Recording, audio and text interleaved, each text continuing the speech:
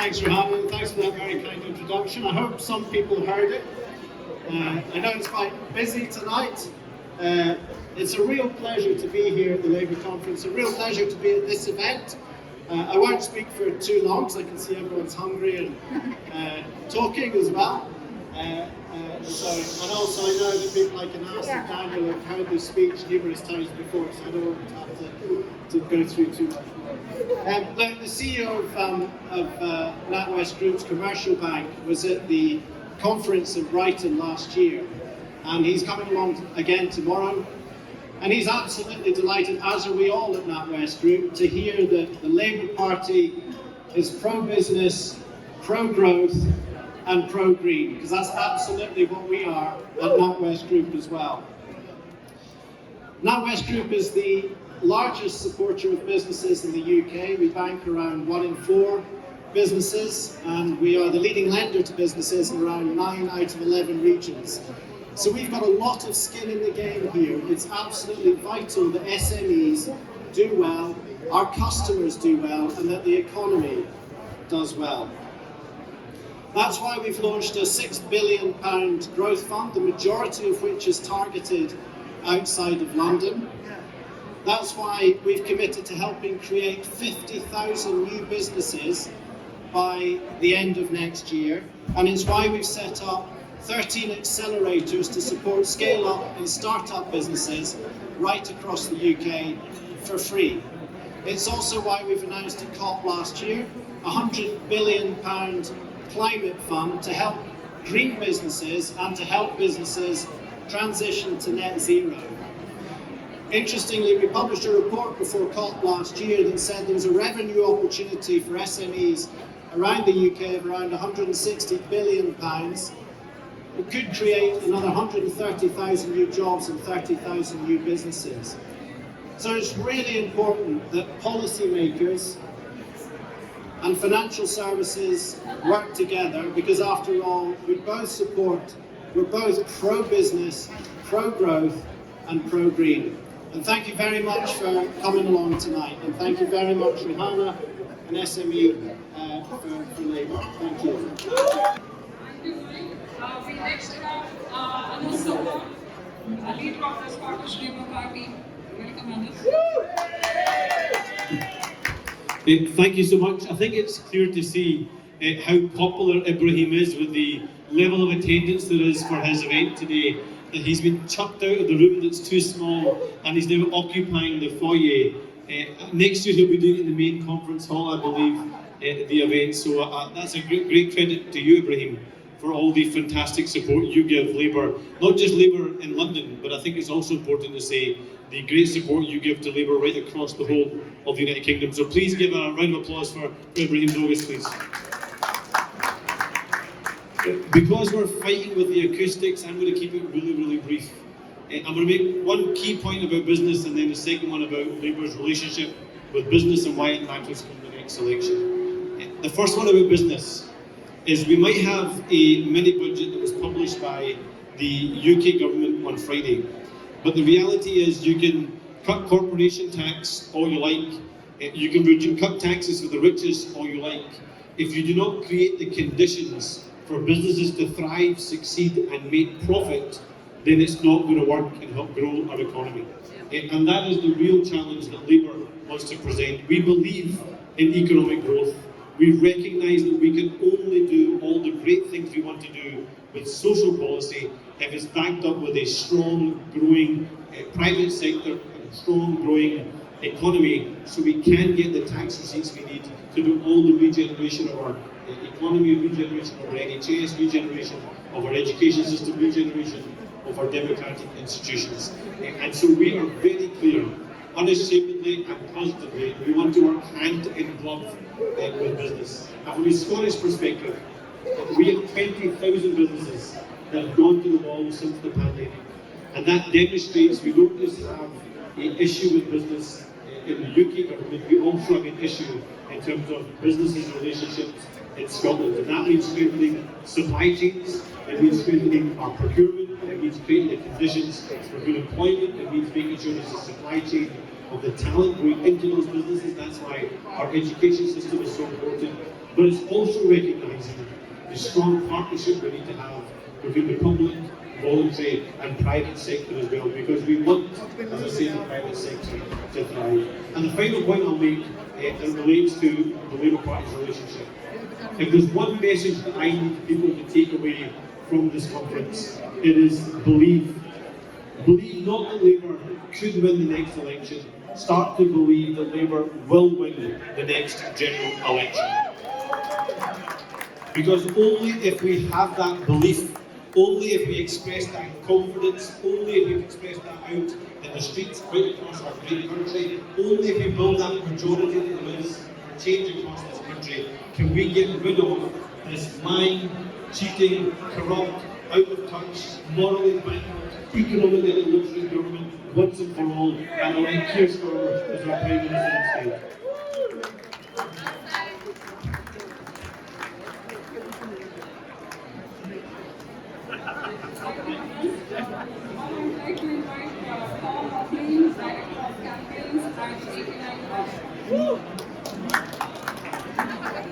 Hi, don't worry, I'll be very quick.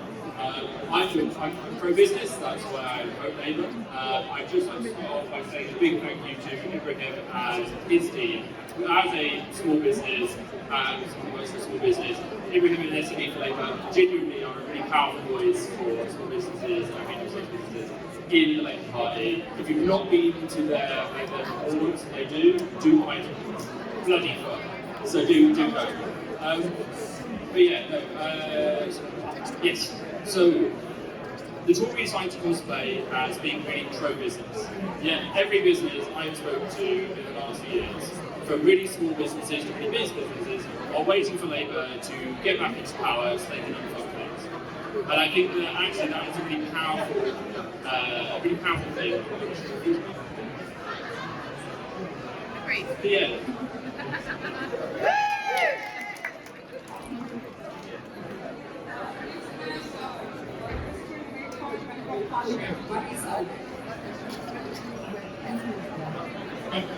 Thank you, everybody, and thank you, Ibrahim, and the entire team at SME4Labour. Obviously, what we've had has been a monumental week. We've had a government basically show you that they don't care about you and they don't care about business. Business is not asked for a large tax cut for anyone earning over £150,000. Business has not asked for bankers' bonuses to have capital turnover. Workers have been crying out for help with the cost of living crisis, and none of that has been delivered. So what we really need is a strong team for business, and thank you to Ibrahim and everyone who are putting forward that message, and hopefully we end up with people like Ibrahim on the green benches next to me, who actually understand business, understand the concerns, the daily struggle in most cases. Business isn't a dirty word. So we do need to make sure that we ultimately allow everyone to go out, thrive, survive and succeed. But the Conservatives used to describe themselves as the party of business. But where is the help? Where is the challenge? Where is anything? All they're doing is literally helping the richest in society. And what we need is a government that is ultimately on your side, on the side of business, on the side of the workers. Because in order to redistribute wealth, you need to create it in the first place. So whether it's small businesses, one-man bands, salon owners, electricians, plumbers, even the accountants. But we need a party that is on your side. That party is the Labour Party, and we will only get a government that will back everything we need if we get Keir Starmer in number 10. So what we need to do is make sure that we spend that word to business, we spread it in our local communities through SME4Labour, through CLPs, through canvassing, through going out and having those door-to-door conversations that we all need to have in the run-up to the election. Say one simple message: there is only one party that will listen to you. There is only one party that is on your side. And there is only one Prime Minister that will deliver for you. And that is Keir Starmer. We all need to do that. Thank you for everyone. Thank you everything that you are doing what you continue to do, and let's go out and win it.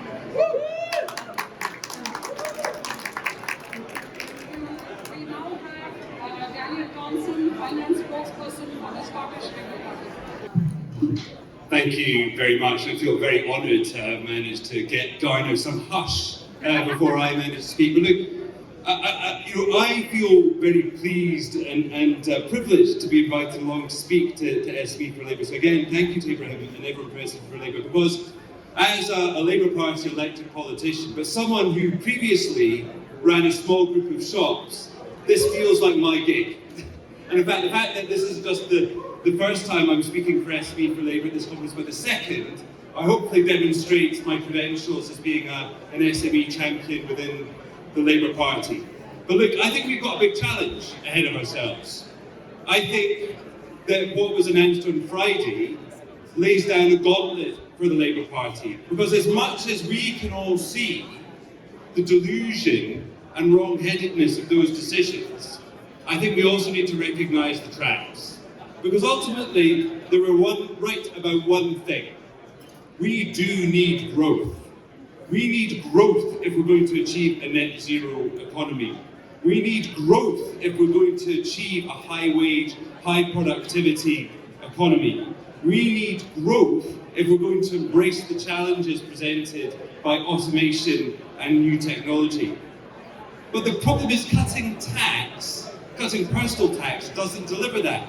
And certainly what doesn't deliver that is increasing the costs of borrowing, increasing the very source of investment needed to deliver those things. So that is the challenge for Labour, is to come up with the growth alternative.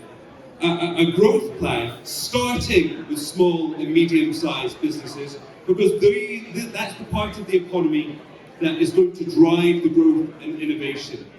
And ultimately there is nothing for small business in what was announced on Friday in terms of helping them access the skills and training they need, or access the support in terms of embracing new technology, or accessing the investment they need to adopt new processes or deliver net zero in the way that they conduct their business. And that's the challenge for the next Labour government, to have the clear plans, to be on the side not just of workers, but on small business, because ultimately, if we want to deliver the equality of opportunity, prosperity for all, it's the Labour Party that's going to have to deliver that. And I'll leave you with one final thought, is that we need to challenge ourselves, because I think here tonight, we are all supporters of the Labour Party, people who believe the Labour Party must be the party of business. But we have still got work to do.